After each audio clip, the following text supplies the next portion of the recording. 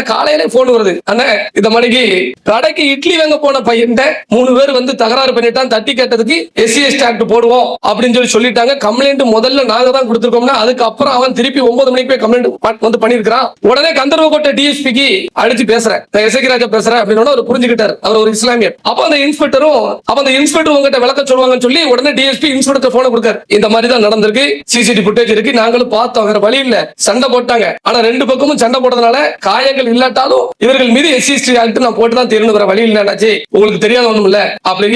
அப்படி பண்ணல அப்படின்னு சொன்னா டிஎஸ்பி எல்லாரும் ரிமாண்ட். அப்ப இந்த சட்டத்தை வச்சு அந்த அதாவது வந்து எப்படின்னா உச்ச நீதிமன்றமோ இந்திய பாராளுமன்றமோ வந்து அந்த ஒரு அரங்கில வந்து இந்த சட்டத்தை வந்து அந்த மக்களுடைய பாதுகாப்புக்காண்டி தான் உருவாக்கப்பட்ட சட்டம். அண்ணன் சொன்ன மணிக்கு 55ல அந்த PCR சட்டத்தை வந்து அவங்க உருவாக்குறாங்க. அதுக்கப்புறம் 89ல அத வன்கொடுமை சட்டம் சொல்லி மாத்துறாங்க. அப்ப இந்த சட்டத்தால மோசமான விளைவுகள் ஏற்படுது. இது பொய் புகார். இந்தியாவுடைய மொத்த அதாவது இதுவரைக்கும் எடுத்துக்கிட்ட மொத்த PCR கேஸ் ஒரு கேஸ் கூட இன்ன வரைக்கும் தண்டனை கொடுக்கல.